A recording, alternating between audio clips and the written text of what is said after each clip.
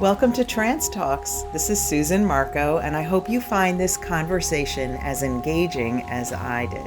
Have a great day and enjoy. So, hello, everybody. Welcome to Trans Talks. You know by now, this is where I have conversations with practitioners across different modalities about who they are, what they do, and why you might be interested. So I'm just going to say off the top, I'm having some congestion today, and I have a cough drop in my mouth. So you see a lump on the side of my face. That's what it is. And I may mute myself from time to time in case I feel like I need to cough or anything like that. So I just wanted to get that out of the way at the beginning. What I really want to, I want to so much introduce you to this woman, SarahSchwartz, who we met. I'll let you share how we met if you choose to. But the minute I met her, I felt a connection with her, and we have a lot in common. And I also love the work that she does. So Sarah is an early childhood educator for over a decade, as well as now a mindful parenting coach. Now, I know a lot of you are going to perk up when you hear that, because where do we learn about how to parent in a better way? Where do we learn about bringing mindfulness into our parenting and regulating our nervous systems and, doing all the things that we need to do as parents? So she's also a meditator and a yoga and a reiki practitioner, and also two-time cancer survivor. So hooray and yay, Sarah, strong, amazing woman. So I'm not going to take up any more space on this interview. I want to just ask you to share with, our listeners, who are you and what do you do? Okay. Hi, Susan. Thank you so much for having me on the podcast. I feel the same way that when I met you, I felt connected to you. And I can maybe end my story, or not end my story, but bring in the part of the story where I met you, because it does actually, connect to everything. But I guess I can share what it is that I do with a story about kind of how I came to it myself. Love that. Yeah. So I am a parent of two. My kids are now 9 and 12, but I was a preschool teacher long before I was a parent. And when I was a preschool teacher, I was able to really be calm and present and connected with those kids in my classroom and really just feel and intuit their needs and meet them in this like calm and boundaried way. And I thought, I really always wanted to be a mom. And I thought, when I have kids, like I'm going to know what to do. Fast forward to having my first kid, my son Jude, and, completely blown away by the experience in multiple ways. And I just did not have that same calm, that same presence, that same balance, I think, in terms of the relationship, like my needs, their needs. It was just really all consuming. And I sort of felt a lot of anxiety. I felt a lot of like, who am I? And it was really, really hard to stay present and grounded when I was a parent. And I kind of muddled along. And then I had my second child, Naomi, 3.5 years later. Loved and loved being a mom, but it was just like really a lot harder for me than I thought it was going to be. And found myself, yelling, losing it, getting really angry at these like adorable, sweet little human beings for seemingly no good reason. And this kind of all culminated. I'm getting to the point where I like decided to make a change and do something different during COVID. My son was 7, my daughter was 3. I was teaching preschool and raising, my little kids. I was teaching an all outdoor class of 2-year-olds. Like, I still don't know how I survived that and how that worked. But anyway, I made it through. So I did this thing of I would take care of myself and meet all my needs when everybody else was like settled and doing their own thing. Mm-hmm. And so I would do that, when I got home from work with my daughter, she would take a nap. And then I would like sit, I would eat, I would pee, I would drink water, I would attend to my basic human needs. And then suddenly, she turned 3 and she didn't want to take a nap anymore. And it just sent me, this is a very, normal thing for 3-year-olds. But of course, this just kind of sent me over the edge because it kind of meant that I wasn't sitting or eating or drinking or, doing any of those things. And I had this moment where I completely lost it on her. And I said, even if you're not napping, you need to stay in your room. And I kind of slammed the door shut and I ran down to the basement. I was just like filled with so much rage and I knew something was going to happen. I found an old pillow and I like screamed into it. Really just like with so much power and force that I like peed. Sorry, I hope that's okay to say. Sure. Just because I feel I like think we can all relate. right, pelvic floor issues, but it wasn't that. It was just sort of like the force of all the things I was holding inside of me and not attending to. And it was coming out sort of on and around parenting, which was this draw on me that meant so much to me. And it was kind of in that moment that I was like, I need to do this differently and I need to take care of myself. And a voice even came in that I was like, oh, honey, honey, you're hurting yourself. And it was this comforting voice. And I realized that was something that I needed and something I needed to hear. I'd been listening to a lot of parenting podcasts at the time. I was listening to, I believe it's still on, the Mindful Parenting podcast with Hunter Clark Fields. And she was offering a parent coaching certification.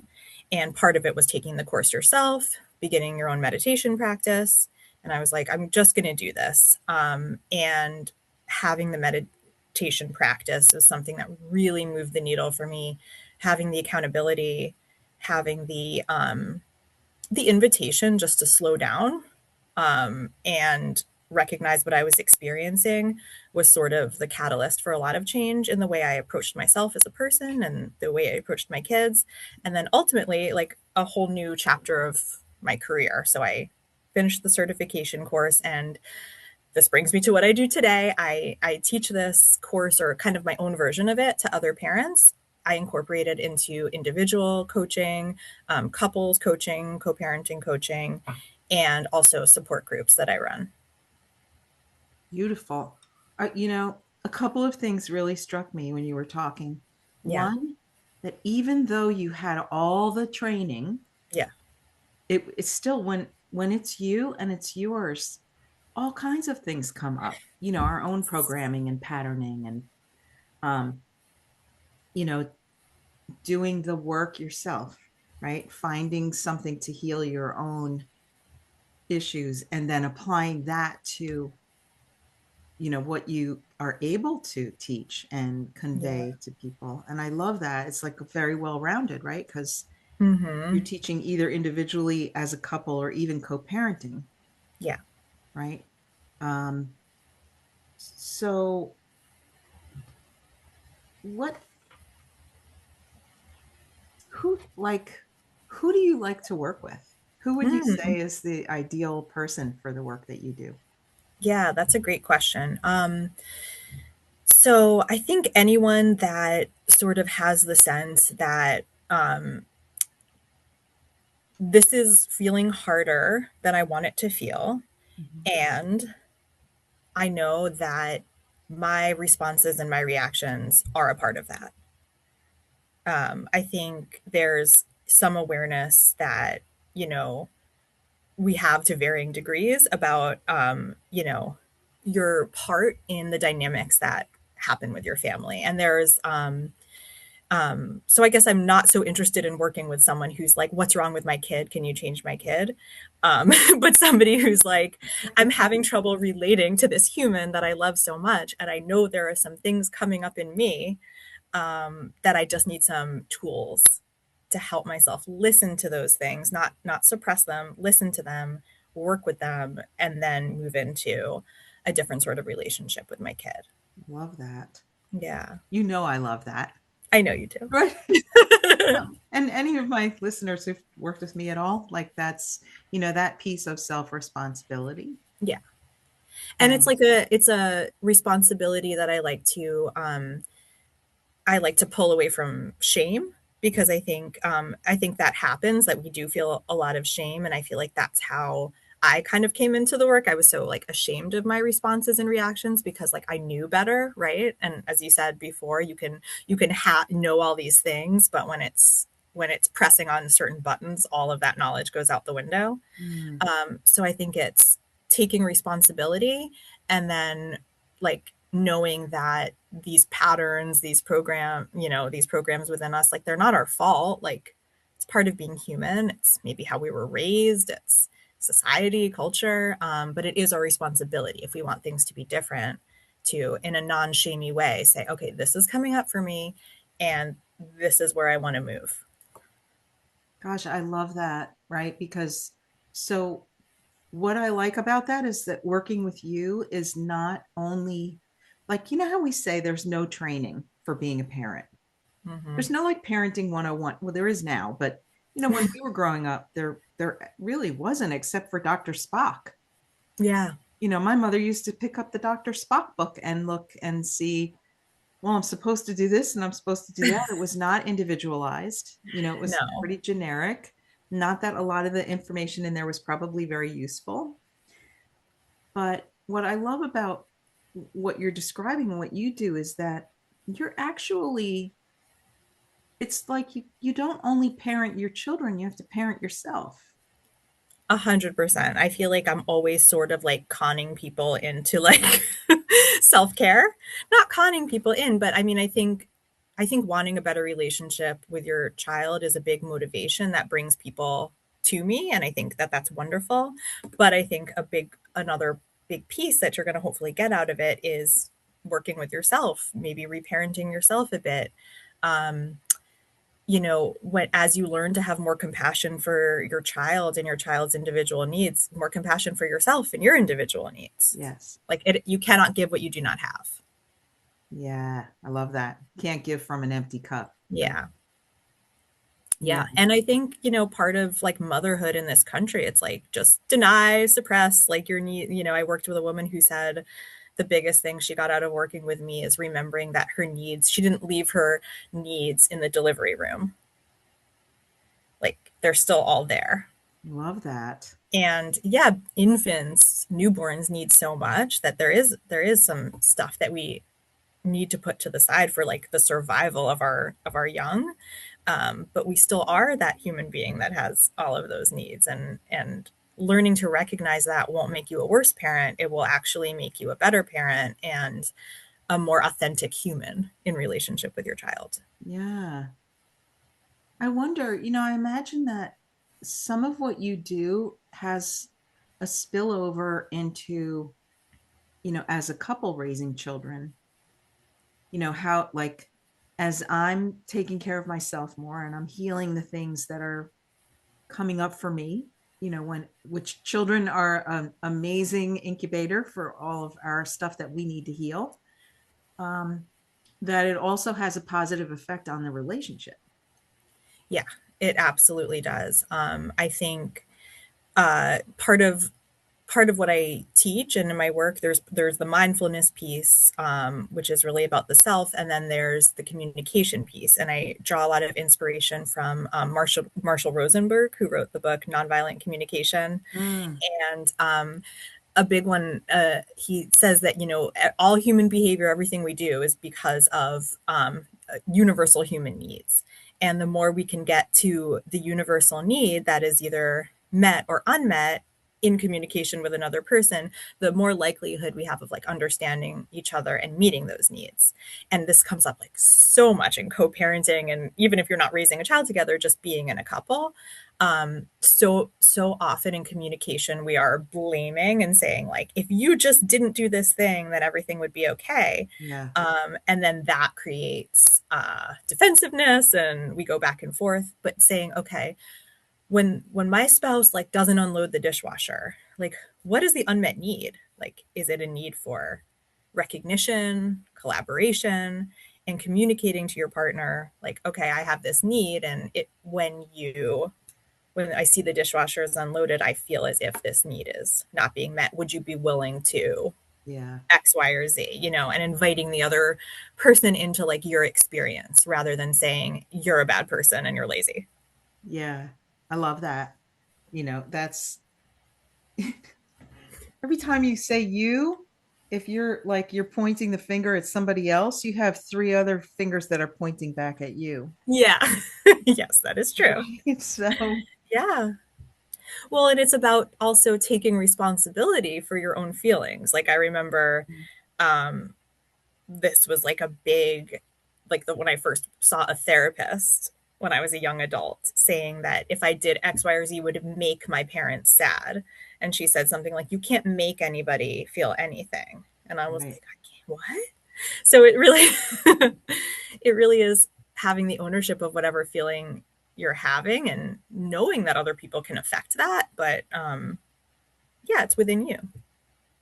You're pointing me in a direction I'm thinking about. A lot of the people that I work with will come in, and it's almost, we have different stress responses and trauma responses, right? Mm-hmm. And one of the big ones for a lot of us, especially us women, is fawning or people pleasing. Oh my God. And if we're in that, like if we feel that need to please others so that we feel okay, sometimes that can be a part of our parenting strategy, and it's not a good one.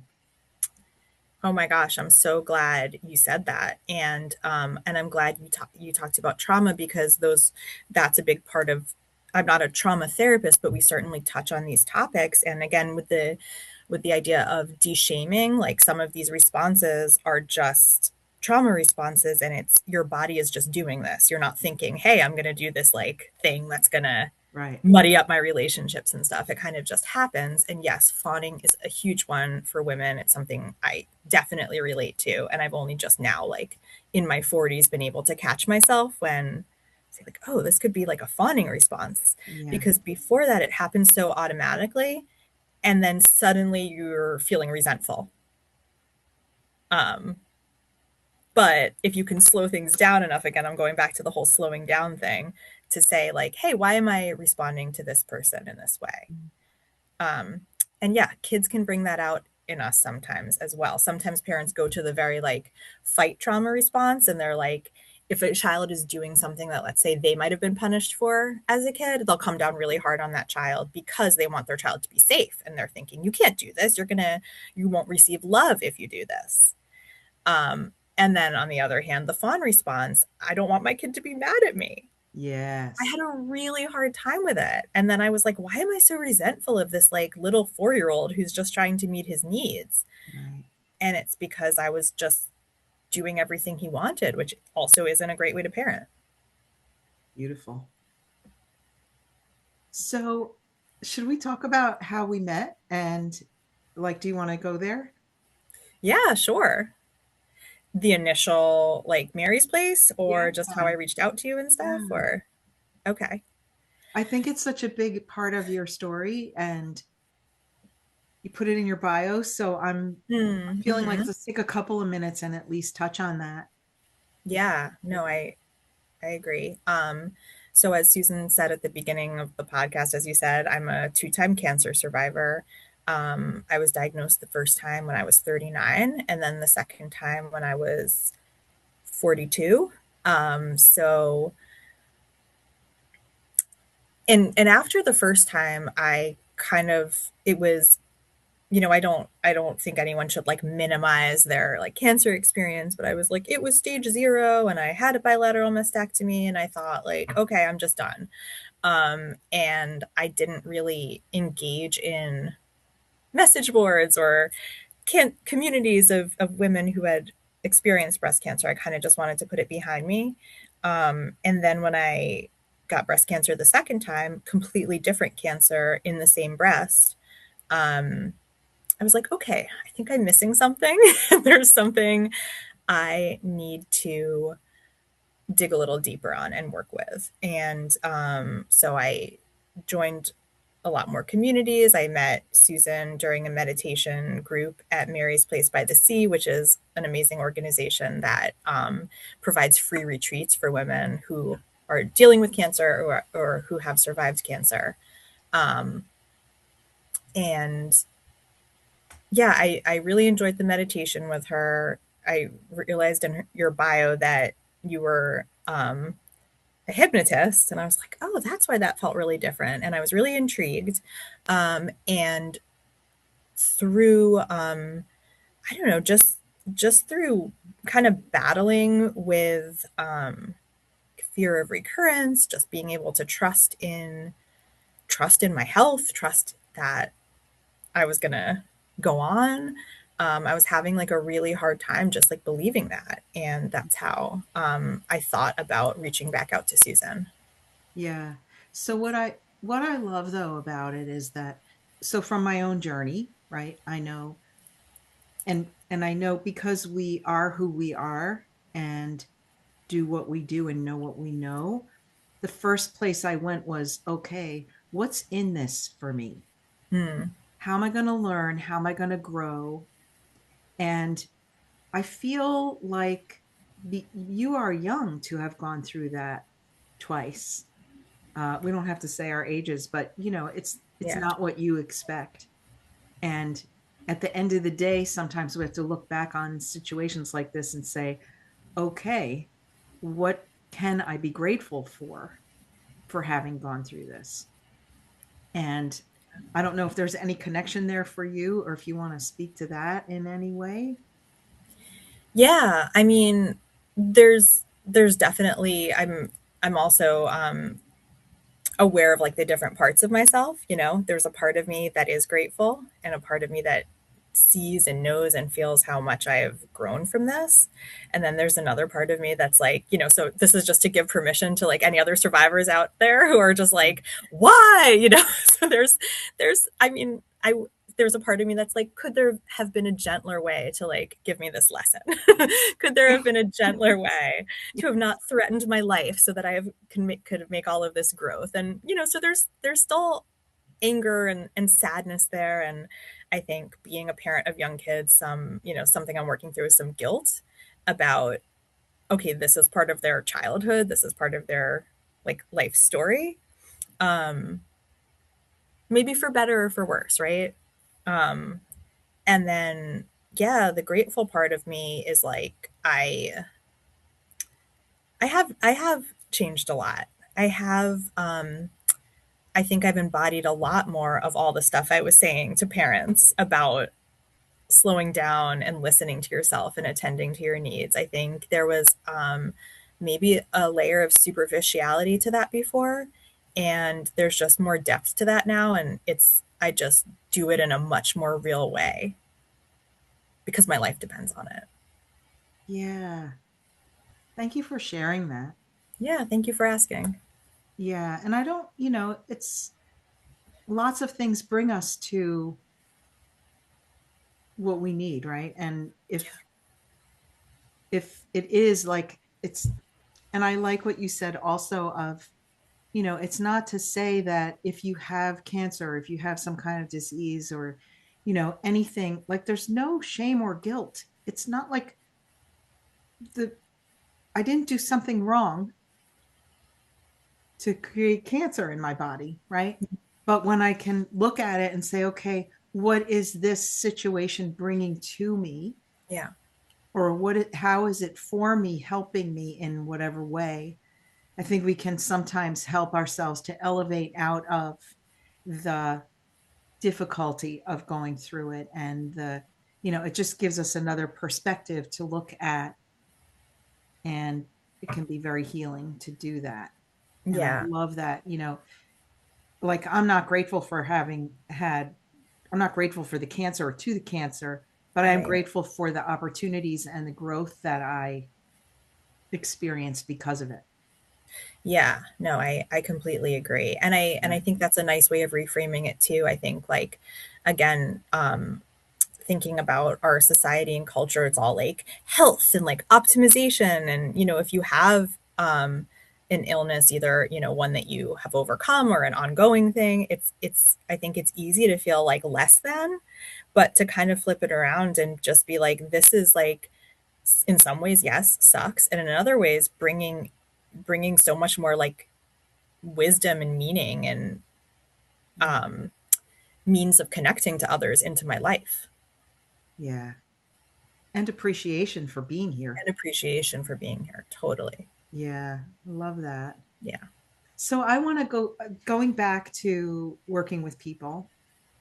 What would you say is the secret to success for your clients? Yeah, it's funny you kind of like previewed this question for me, and I was like, I definitely know what I'm going to say. And now I feel like I'm shifting it a little bit. Always happens. It always happens. I still think I'm going to go with my initial gut, which is slowing down. Um, you don't, we can often like not really know what's happening. We really can go through life on autopilot, especially with the families that I work with. Their kids are usually between the ages of like 2 and 12, and there's just a lot of stuff going on. And sometimes we have to take mental shortcuts and just kind of, you know, just go through our lives on autopilot. And then things can kind of spin out of control, and we're communicating in ways that don't feel great, and our relationships feel frayed, and the way um, we're just feeling like up here. So I'd say slowing down is always the key to success, because how do you know what you want to say to someone if you don't know how you're feeling, if you can't make a guess at how they're feeling, if you don't have an intention about what you want this relationship and this moment to feel like? So all of that is like predicated upon slowing down. And I do literally mean, like, I'll say to parents, like, sit, like, just stop. Your session today is just going to be sit. Sit. Well, and even when this is like a preschool teacher thing, you know, obviously it's everyone is told to go down to the level of the child, but and that not only helps the child feel safer with you, but it helps your whole nervous system calm down. Right. I love that. Yeah. So, Sarah, if somebody wanted to work with you, if they want to work with you, how do Mhm. they find you? What's the best way? It'll be in the show notes, but if you want to just mention. Okay. Yeah, sure. I'm still like a real novice around social media. I'm kind of scared of it. So the best place to find me is on my website, www.mindfulparentingwithsarah.com. And there's more about me there. There's descriptions of the different ways that I work with people. Something that I wanted to touch on as well is that the support groups that I run are for parents of neurodivergent kids, because I think that that parenting life can look really different and can become people can feel really isolated, and like, I'm doing all these things that the experts are saying, but it's not working. And it's like, yeah, we all come into this world with different brains and different bodies and different nervous systems, and I think finding your community and your people who can reflect back, yeah, like, we do more screen time, or my kid doesn't eat dinner at the table, and like, you're going to find acceptance, and you can still be that intentional parent, um, even if it doesn't look exactly like how you thought it was going to look. Beautiful. I love that so much. Well, thank you, Sarah. Thanks for coming and chatting with me, and also for what you're doing in the world, because it's so important and so needed. Thank you. And Yeah. thank you for what you're doing in the world, and Yeah. for how much you helped me. My pleasure. Yeah. All right. So, we're going to sign off. And Okay. yeah, everybody have a really great day, whatever you're up to. And thanks for listening or watching. And we'll see you in the next episode.